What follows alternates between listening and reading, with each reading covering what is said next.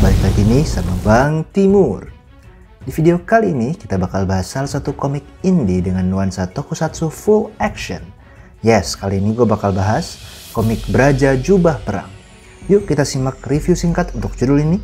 Seperti biasa, biar gue makin semangat bikin konten serupa, please comment, like, subscribe, dan share video ini ya. Pertama, kita lihat dulu profil komiknya ya. Komik yang dominan hitam putih terbitan Pusanding Artworks pada tahun 2022 ini ngejelasin kisah perseteruan sosok jagoan berjubah kita yang berjulukan Braja. Dengan 129 halaman hitam putih dan 9 halaman berwarna dicetak dalam ukuran 18x25 cm ini, komik ini membawa pembacanya untuk menyelami pertarungan Braja dengan sosok antagonisnya.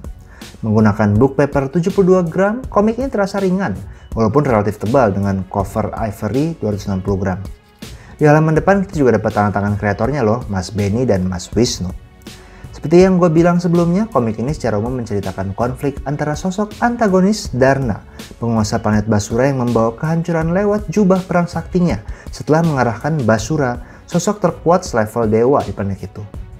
Tapi saat kematiannya, kekuatan Basura menyebar ke anak-anak yang lahir di hari itu, bahkan terkonsentrasi kekuatannya secara lebih tinggi dalam bentuk jubah perang kedua yang akhirnya digunakan oleh Ragna sang protagonis untuk mengakhiri tirani Darna. Komik yang rasanya diperuntukkan untuk kalangan remaja ini nunjukin berbagai aksi dengan sedikit adegan sadis di momen puncak akhir.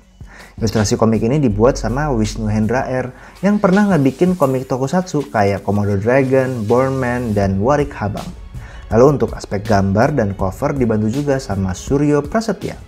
Hadir pula mas kreator Braja yaitu Benny Pusanding yang juga adalah seniman pembuat action figure, di mana dia terlibat dalam desain karakter, toning, pewarnaan, sampai cerita dari komik ini.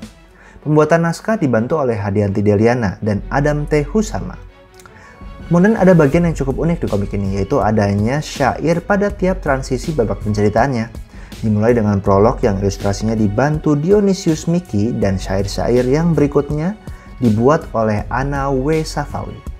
Nama Braja sendiri menurut sang penulis diambil dari batu mustika bernama sama dengan kekuatan pelindung dari kekuatan gaib di daerahnya. Tentunya di luar namanya yang terkesan gagah saat diucapkan. Sekarang yuk kita masuk ke bagian menarik dari komik ini. Cukup banyak hal unik di komik Braja nomor 1 ini. Pertama, komik ini adalah proyek yang disiapin selama 10 tahun sebelum diterbitin, bahkan sempat menjadi tesis dari sang penulis. Oleh karenanya, tokoh Braja di komik ini mengalami beberapa kali perubahan desain dan telah muncul dalam berbagai media termasuk video dan action figure. Mengingat Mas Benny itu emang salah satu pembuat action figure khususnya tokusatsu jagoan lokal di Indonesia ya. Walaupun figur Braja sendiri dia buat agar lebih memahami desain karakternya dan menyampaikannya kepada halayak ramai di beberapa pameran. Perjalanan kreasi intellectual property atau IP bernama Braja ini nunjukin sebuah proses seni kolaboratif yang sangat panjang, melibatkan berbagai kreator hingga akhirnya menjadi produk akhir berupa komik yang hadir untuk para pembaca umum di tahun 2022. Benny sebagai penulis naskah berkolaborasi dengan ilustrator bahkan penyair untuk dituangkan dalam komik ini. Gak lupa ada beberapa unsur lokal dari daerah asal Benny yaitu Sumatera Selatan, tepatnya Ogan Komering Ulu atau Oku Timur. Turut dimasukkan di komik ini dalam bentuk penyematan unsur syair, inspirasi Braja sampai setting cerita yang berakhir di Oku Timur. Bagian menarik kedua adalah aspek ilustrasi yang cukup menonjol. Dibantu oleh Wisnu Hendra yang portfolionya cukup erat dengan berbagai jagoan bernuansa tokusatsu dengan setting daerah kayak Bornman, terasa bahwa kualitas gambar sang kreator sudah semakin meningkat di komik ini. Hal ini terlihat dari goresan garis aksinya yang memperkuat dinamika gerak karakter yang mayoritas melakukan berbagai pertarungan penuh aksi dengan tensi tinggi yang didukung oleh penggambaran anatomi yang baik. Entah kenapa komik ini jadi ngingetin gue sama komik silat Hong Kong karya Tony Wong, versi hitam putih ya, yang bisa gambarin adegan taruhnya dengan seru banget. Ini juga yang bikin setiap panelnya yang sederhana nggak terasa kosong dan mengajak pembaca mengikuti alur ceritanya. 9 halaman warnanya pun perlu diapresiasi nih karena menampilkan kombinasi warna misterius dan gagah sekaligus. Hal ini khususnya terlihat pada pin-up tokoh Braja sehingga kita bisa lebih menghargai desain karakternya yang keren ini. Hal menarik yang terakhir adalah penceritaannya yang cukup berani mengangkat tragedi yang dialami oleh Ragna sang tokoh utama serta orang di sekitarnya sebagai penggerak plot yang kuat. Sejak awal pembaca diajak masuk dalam plot padat yang dimulai dengan pengenalan awal tokoh Dan dunianya lalu diiringi rentetan pertarungan bertubi-tubi yang levelnya terus naik, sampai sang protagonis bertemu dengan raja terakhir yaitu Darna.